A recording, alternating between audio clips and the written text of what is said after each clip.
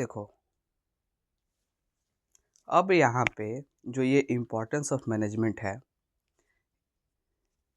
First importance of management है helps in achieving group goals.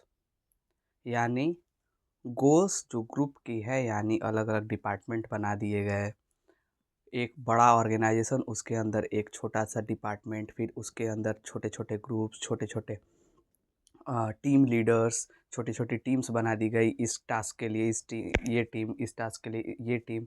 तो इस तरह छोटे छोटे ग्रुप अपने अपने गोल अचीव करेंगे तो एक डिपार्टमेंट का गोल अचीव होगा। ठीक, फिर एक डिपार्टमेंट का गोल अचीव होगा तो एक बड़े ऑर्गेनाइजेशन का गोल अचीव होगा। तो ऐसे ही करके छोटे छोटे स्टेप्स में गोल्स को डिवाइड करके, वर्क्स को डिवाइड करके एक बड़े गोल को अचीव किया जाता है। तो अब इंक्रीजेस इफ़िशियंसी मैनेजमेंट, यानी छोटे छोटे टीम्स में अगर उसको बांट दिया गया, छोटे छोटे ग्रुप्स में बांट दिया गया और उनको कंट्रोल किया जाए, उनको डायरेक्ट किया जाए कि हाँ ऐसे करो, ये काम ऐसे करो, प्रोजेक्ट ऐसे बनाओ, इसमें ये चीज़ की कमी है, इस चीज़ की ज़्यादती है, तो उस हिसाब से उन सबको स्किल्ड बनाया जा सकता है। और स्किल्ड बनाने के बाद उनसे इफ़िशियंसी की उम्मीद की जा सकती है और काम को अच्छे तरीके से किया जा सकता है। क्रिएट्स डायनेमिक ऑर्गेनाइजेशन, यानी फ्लेक्सिबिलिटी, हर तरीके से हर काम में सक्षम, हर मुसीबत को झेलने के लिए तत्पर, हर तरीके के प्रॉब्लम्स को सॉल्व करने के लिए नए नए शोध, नए नए तरीके, नए नए सॉल्यूशंस लाना, ये फ्लेक्सिबल यानी डायनेमिक ऑर्गेनाइजेशन का फीचर है। ठीक, helps in achieving personal objectives. Employees खुश रहेंगे, एम्प्लॉयज़ के लिए अच्छे अच्छे एनवायरनमेंट रहेंगे, एम्प्लॉयज़ को बोनस दिया जाएगा। तो मैनेजमेंट और एम्प्लॉयज़, सबसे बड़ा चीज़ कि एम्प्लॉयज़ स्किल्ड होंगे, उनके अंदर प्रतिभा आएगी। अगर उनके जीवन में कोई भी मुसीबत आए, कोई भी दिक्कत आए, तो वो किसी और ऑर्गेनाइजेशन में भी जाके या फिर खुद का भी काम शुरू कर सकते हैं, वो खुद में स्किल्ड होंगे। ठीक, helps in development of society. Society की डेवलपमेंट में क्या भूमिका है? गुड क्वालिटी प्रोडक्ट देना, सोसाइटी को अच्छा फील कराना और सोसाइटी के लिए अच्छे अच्छे काम करना, और एनवायरमेंट की रक्षा। ठीक, अब आते हैं इफ़िशियंसी वर्सेस इफ़ेक्टिवनेस। ये है क्या? तो इफ़िशियंसी वर्सेस इफ़ेक्टिवनेस, ये बहुत बड़ा द्वंद्व है।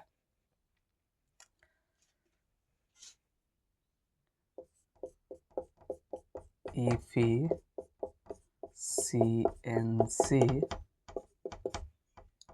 वर्सेस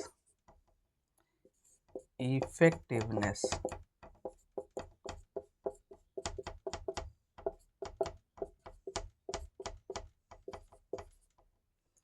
इफिशियंसी वर्सेस इफेक्टिवनेस, ये क्या है? इफिशियंसी क्या है? तो इफिशियंसी, इसका अगर थॉट देखें तो efficiency is doing work in the best possible manner, यानी हर तरीके से, हर पहलू के हिसाब से कॉस्ट को कम करते हुए, ठीक, खर्च को कम करते हुए और बेस्ट क्वालिटी प्रोड्यूस करना इफिशियंसी है। अगर हम स्टडीज़ में देखें, कम टाइम लगाते हुए, कम टाइम देते हुए और इफ़ेक्टिव पढ़ाई, यानी और अच्छे से उसको, सपोज़ करो कॉन्क्रीट नोट क्यों बनाया जाता है? छोटा छोटा शॉर्ट नोट्स, एक हो गया लॉन्ग नोट्स मतलब नॉर्मल नोट्स, एक हो गया शॉर्ट नोट्स और एक हो गया कॉन्क्रीट नोट। नोट्स बनाए, उसमें डेफिनेशन लिखे, ये सब चीज़ें अपनी परिभाषा में लिखे, अपने भाषा में लिखे। ठीक, शॉर्ट नोट्स क्या हुआ? शॉर्ट नोट्स को उसको और शॉर्ट करके, मतलब समझने लायक 2 लाइन 3 लाइन में बना दिए। कॉन्क्रीट नोट क्या हुआ? 2-3 वर्ड लिखे और सिर्फ वही वर्ड पढ़े और पूरा का पूरा डेफिनेशन दिमाग में घूम गया, वो हो गया कॉन्क्रीट नोट। ठीक, तो कॉन्क्रीट नोट क्यों बनाए जाते हैं? इसी इफिशियंसी के लिए बनाए जाते हैं, इसी इफिशियंसी के लिए कि ये कॉन्क्रीट नोट हम एक बार बस 2-3 वर्ड ध्यान में डालेंगे, एक लाइन पढ़ेंगे और पूरा का पूरा 5 लाइन 6 लाइन का डेफिनेशन दिमाग में घूम जाएगा। यही इफिशियंसी के लिए हम लोग कॉन्क्रीट नोट बनाते हैं। छोटा छोटा वर्ड, इफेक्टिव वर्ड, जो एक बार वर्ड देखो तो पूरा का पूरा पेज याद आ जाए कि हाँ इस पेज में हम लोग क्या पढ़े हैं, इसी को कॉन्क्रीट नोट बोलते हैं। शॉर्ट नोट्स भी इसीलिए बनाए जाते हैं कि इफिशियंसी आए, कम टाइम में हम ज़्यादा कवर कर पाएँ, कम टाइम में ज़्यादा रिवीजन कर पाएँ और इफ़ेक्टिव हो, दिमाग में बैठे, घूम जाए पूरा दिमाग में, चलने लगे वो। तो ये हो गया इफ़िशियंसी, यानी कम लागत लगे, कम टाइम लगे, कम पैसा लगे और ज़्यादा से ज़्यादा अच्छा से अच्छा काम हो, अच्छा से अच्छा क्वालिटी प्रोडक्ट हम लोग प्रोड्यूस कर पाएँ। इफ़ेक्टिवनेस क्या है? इफ़ेक्टिवनेस हो गया कि हम कोई काम कर रहे हैं, वो काम बस हो गया, हम बैठे पढ़ने और पढ़ने बैठे और बस पढ़ लिए, सोचे कि हाँ 2 चैप्टर कंप्लीट करना है, 8-9 घंटा लगेगा, बस बैठ के कंप्लीट कर लिया। और वही अगर पूरा 2 चैप्टर कंप्लीट करने में हम 8-9 घंटा न लगाकर उसको और शॉर्ट नोट्स बना के रखें पहले से, या फिर सर का शॉर्ट नोट हो तो सर का लिखवाया शॉर्ट नोट्स या फिर कहीं और से शॉर्ट नोट्स, वो शॉर्ट नोट्स पढ़ेंगे तो हमारा जो 2 चैप्टर 8-9 घंटे में कंप्लीट हुआ है वो हमारा 4 घंटे में, 3 घंटे में, 2 घंटे में भी कंप्लीट हो सकता है। तो यही हुआ काम करना और काम को सही तरीके से कम लागत लगा के, कम पैसे लगा के, कम टाइम लगा के कंप्लीट करना। कम लागत लगे, कम टाइम लगे, कम पैसे लगे तो उसको क्या बोलेंगे?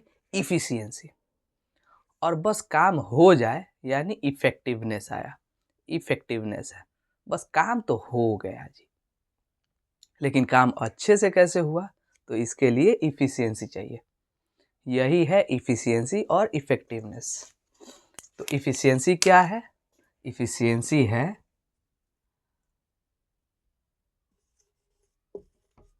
कम लागत,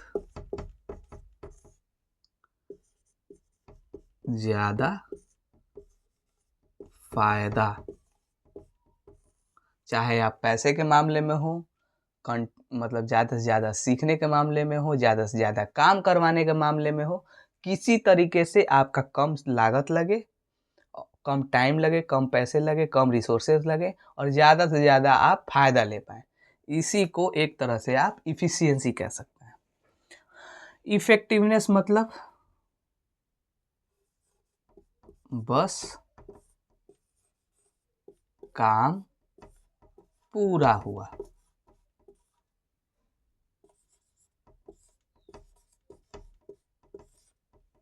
बस इफ़ेक्टिवनेस मीन्स बस काम पूरा हुआ और कुछ नहीं। ठीक, तो इफ़िशियंसी और इफ़ेक्टिवनेस में हम लोग अंतर समझ लिए। अब आते हैं तो जो मैनेजमेंट है ना, मैनेजमेंट को ये दोनों को टैकल करके चलना पड़ेगा। किस तरह हम लोग स्टडीज़ में इस दोनों को टैकल करके चलेंगे, इन दोनों को देखते हुए चलेंगे कि हमारा काम भी हो लेकिन और अच्छे तरीके से हो, कम टाइम लगे, कम देर तक हमको बैठना पड़े, अपना सारा काम छोड़ना ना पड़े, वो सारा भी काम कर लें और ये काम अच्छे से कर लें। ठीक, याद भी हो जाए, हम जो पढ़े इफ़ेक्टिवली पढ़ें, इफ़िशिएंटली पढ़ें लेकिन इफ़ेक्टिवली पढ़ें। जो हम पढ़े जल्दी-जल्दी पढ़ें, अच्छे से पढ़ें, तो हम समझ भी लें उस चीज़ को, याद भी कर लें, अंदर उतार भी लें। ठीक? तो मैनेजमेंट को इन दोनों को बैलेंस करते हुए चलना पड़ेगा। अब आते हैं natures of management. Nature of management क्या कहता है?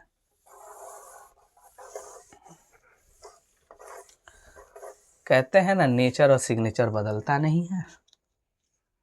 तो नेचर ऑफ मैनेजमेंट क्या कहता है? देखो,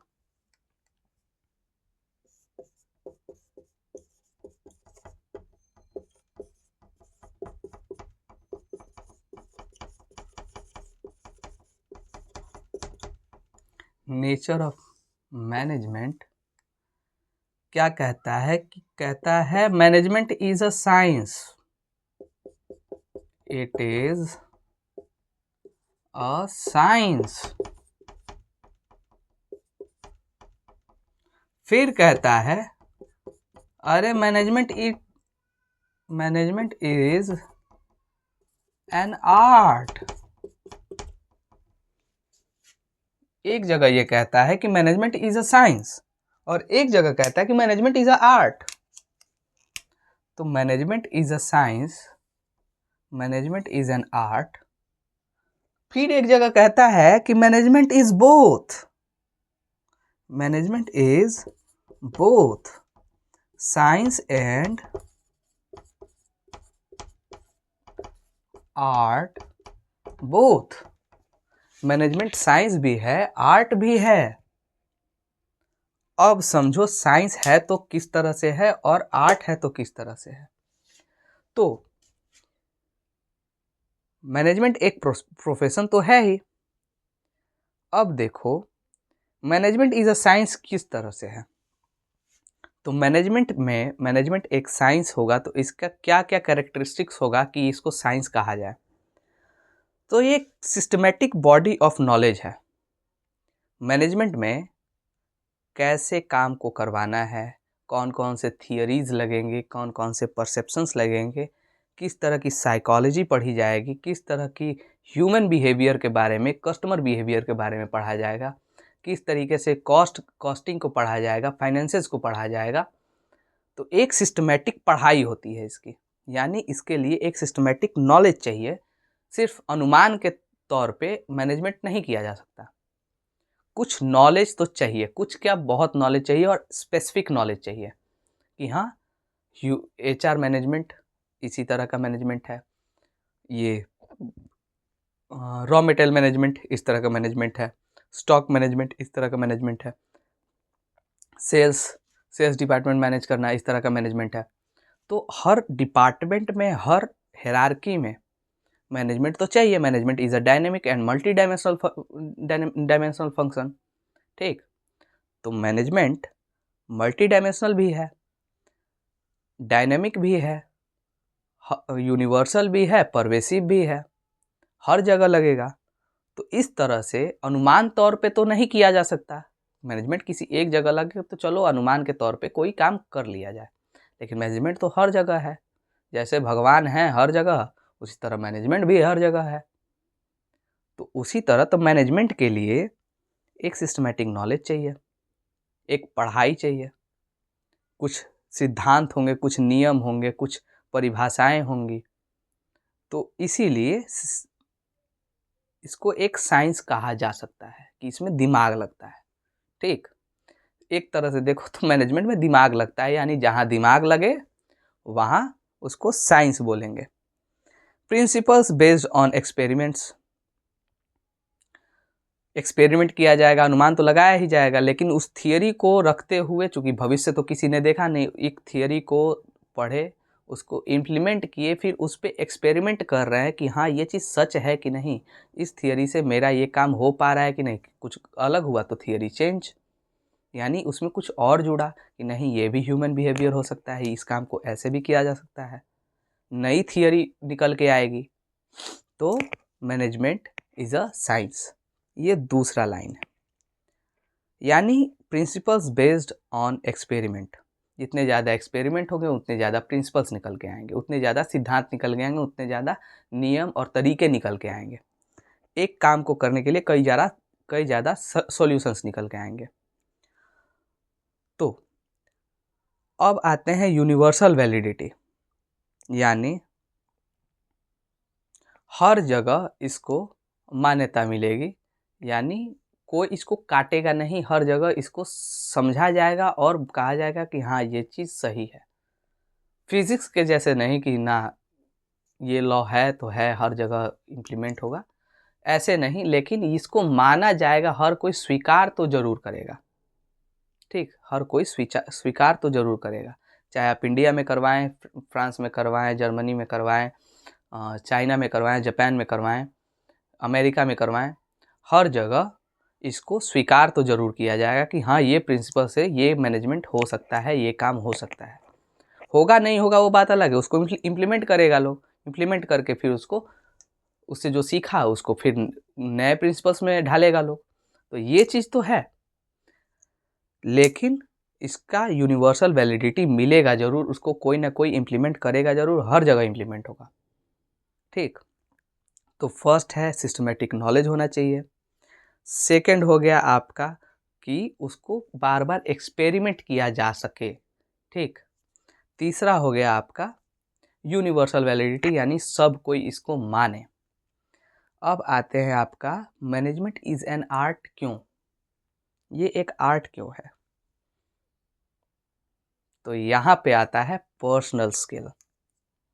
management is a art because it requires personal skill. मेरे पास कितना भी नॉलेज हो, कितना भी ज्ञान हो, मैनेजमेंट हम रट के आए, चाट के आए, पूरा घोर के पी जाए मैनेजमेंट के थियरीज, नहीं कर सकते मैनेजमेंट। अगर मेरा खुद का बुद्धि न चले तो, मेरा खुद का दिमाग न चले तो हम उस हिसाब से उसको सोच न पाए, उस तरह से विजन न रख पाए, ठीक, गोल के हिसाब से सोच न पाए। और हर काम करने के लिए अलग अलग तरीके होते हैं, तो अलग अलग इंसान के पास भी अलग अलग तरीके होते हैं। ये नहीं है कि अलग अलग तरीके हैं तो सिर्फ हर इंसान उन्हीं तरीकों, एक लिमिटेड तरीके हैं, एक लिमिटेड प्रोसेसेस हैं और उसको हर इंसान उसी तरह से करेगा, ऐसा नहीं है। मैनेजमेंट तो ऐसा नहीं है। मैनेजमेंट है, हर तरीके हैं, लेकिन हर तरीकों को करने के लिए अपने तरीके हैं, ये समझे। हर तरीके से मैनेजमेंट को करने के लिए, हर तरीकों के करने के लिए अपने तरीके हैं। मैं किसी काम को अलग तरीके से करूँगा, कोई और किसी काम को अलग तरीके से करेगा। जैसे टीचिंग है तो मैं टीचिंग करा रहा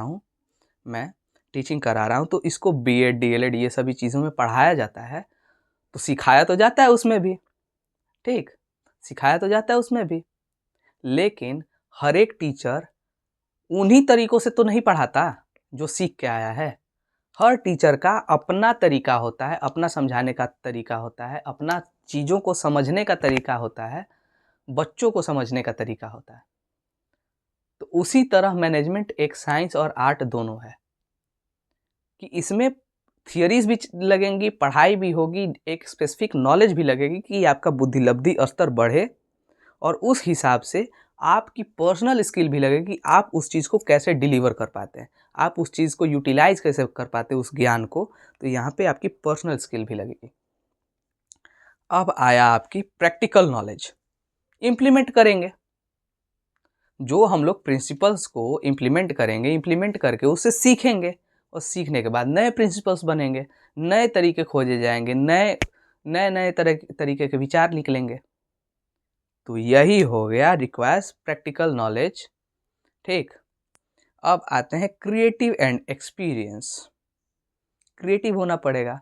हम जब तक सोचेंगे नहीं, समझेंगे नहीं, एक तरीके को, एक चीज़ को अलग अलग तरीक़ों से नहीं सोचेंगे, क्रिएटिवनेस कहाँ से आएगी, नए नए एक्सपीरियंस कहाँ से मिलेंगे हमको।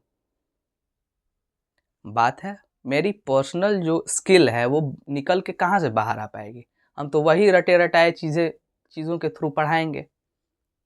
तो वही चीज़ है रिक्वायर्स पर्सनल स्किल, यानी मेरी पर्सनल एबिलिटी, मेरी पर्सनल बुद्धिलब्धि का स्तर, उसको कैसे हम डिलीवर कर पाते हैं, ये ज़रूरी है।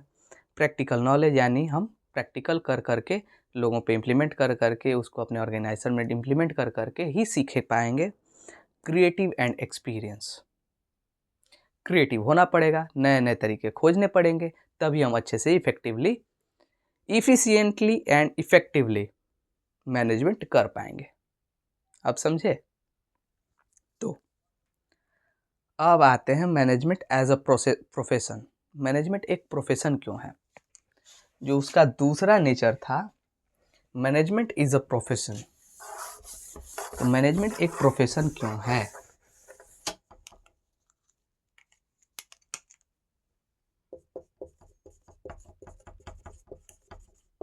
Management is a profession. आखिर मैनेजमेंट एक प्रोफेशन क्यों है।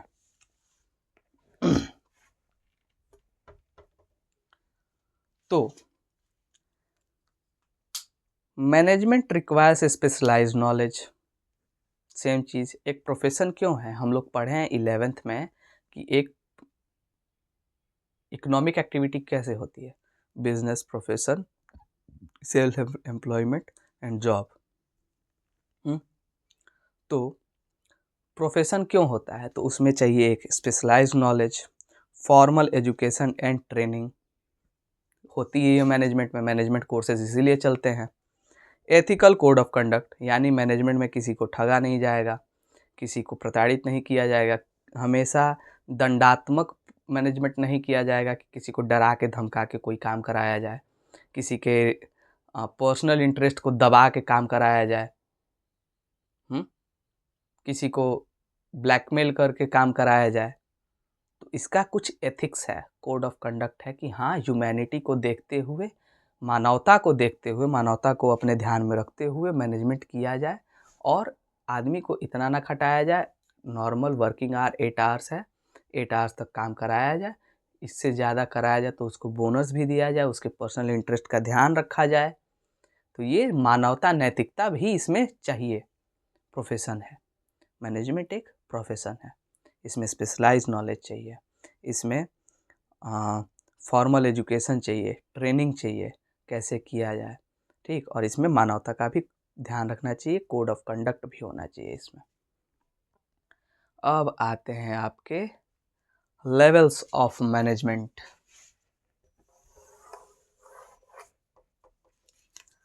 लेवल्स ऑफ मैनेजमेंट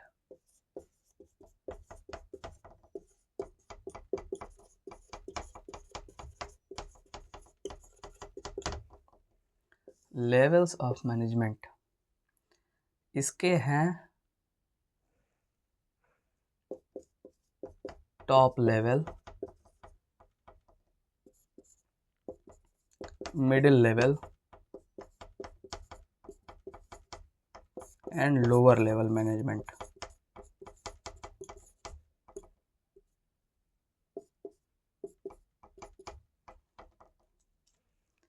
इसमें आएंगे पॉलिसी मेकर्स, पॉलिसी मेकिंग, इसमें आएंगे इम्प्लीमेंट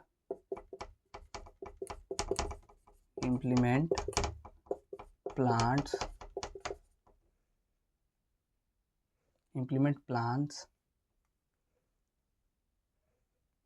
और इसमें आएंगे सुपरवाइजिंग वर्कर्स,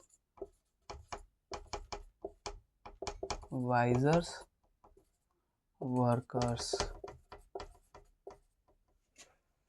देखो, टॉप लेवल मैनेजमेंट में पॉलिसी मेकर्स यानी planning, organising, staffing, directing, controlling, ठीक।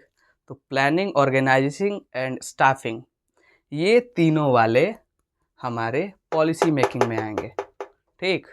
प्लानिंग यही करेंगे, ऑर्गेनाइजिंग यही करेंगे, स्टाफिंग भी यही करेंगे। अब आता है डायरेक्टिंग एंड कंट्रोलिंग। तो डायरेक्टिंग एंड कंट्रोलिंग ये वाले करेंगे, इनको मिडिल वाले करेंगे इनको, यानी जो कुछ भी प्लान बनाए, ये जो कुछ भी पॉलिसीज़ बनाए उसको ऑर्गेनाइज किए, ठीक, उसके लिए स्टाफिंग के ये लोग रखेंगे इनको, ये लोग रखेंगे इनको, ये स्टाफिंग करेंगे इनका, ये स्टाफिंग करेंगे इनका, ठीक। तो जो कुछ भी प्लान बना उसको इम्प्लीमेंट कौन कराएगा, तो ये मिडिल लेवल स्टाफ कराएगा, ठीक। Junior level managers, senior level managers, bosses, ये सभी ये काम कराएंगे, ठीक। और ये सभी इनको हायर करेंगे, सुपरवाइजर्स को, वर्कर्स को, और ये सुपरवाइजर्स वर्कर्स को सुपरवाइज करेंगे और मैन्युफैक्चरिंग काम करवाएंगे, सेल्स का काम करवाएंगे, ये सभी काम करवाएंगे, ठीक। तो 3 लेवल्स ऑफ मैनेजमेंट होते हैं, टॉप लेवल, मिडिल लेवल और lower level. Policy making, implement plans and supervisors and workers, ठीक। अब आते हैं आपका functions of management. Functions of management क्या है?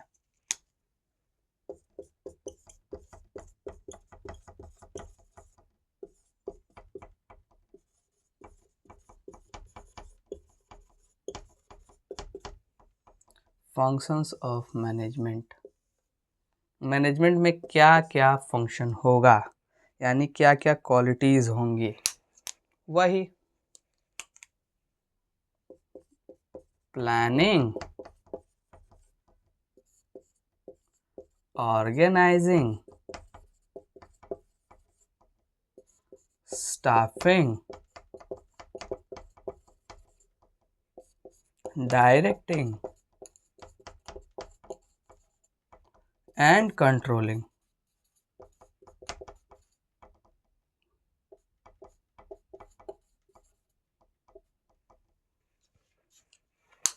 यही आएंगे, planning, organising, staffing, directing and controlling. ये फंक्शंस हुए, यानी मैनेजमेंट में पहले प्लानिंग होगा, किस चीज़ का, तो प्लानिंग होगा गोल्स का, प्रोसेस का, ठीक। अब आएगा यहाँ पे ऑर्गेनाइजिंग। तो ऑर्गेनाइजिंग किस चीज़ का, तो एक्टिविटीज़ का ऑर्गेनाइजिंग, ठीक। कौन कौन से काम लगेंगे, कौन कौन से प्रोसेस होंगे, रिसोर्सेज का ऑर्गेनाइजिंग, ठीक।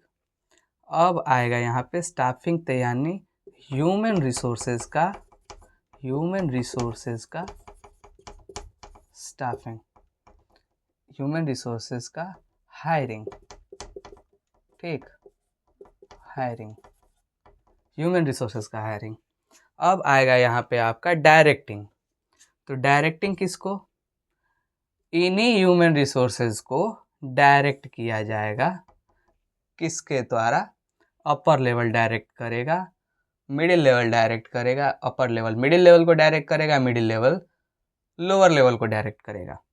कि ये जो ह्यूमन रिसोर्सेज हैं, ये जो वर्कर्स हैं, ये जो सुपरवाइजर्स हैं, ये जो एम्प्लॉयज़ हैं, ये जो जूनियर मैनेजर्स हैं, ये जो मैनेजर्स हैं, इन सभी को अपने अपने गोल के थ्रू तुमको ये काम दिया गया चल कर, तुमको ये काम दिया गया चलो करो, ये वाला काम दिया गया इसको इस तरीके से करो, ऐसे करो, तुमको ये काम आता है चलो ये वाला करो, ऐसे करके डायरेक्टिंग इनको भटकने नहीं देना है। भटकने नहीं देना है यानी इनको डायरेक्ट करके एक डायरेक्शन दिखाते हुए चलना है। बार बार भटकेंगे हाथों पकड़ के आगे कर देना है, जब भटकेंगे हाथों पकड़ के आगे कर देना है, ठीक। इनको दिशा दिखा देना है।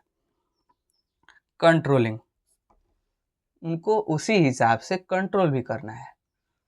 भटकेंगे हाथ पकड़ के आगे करो, चल सीधे चल, चल इधर चल, चल उधर चलो, कहाँ भटकोगे, सीधे चलो सीधे चलो सीधे चलो, तो कंट्रोल किया जाएगा, ठीक।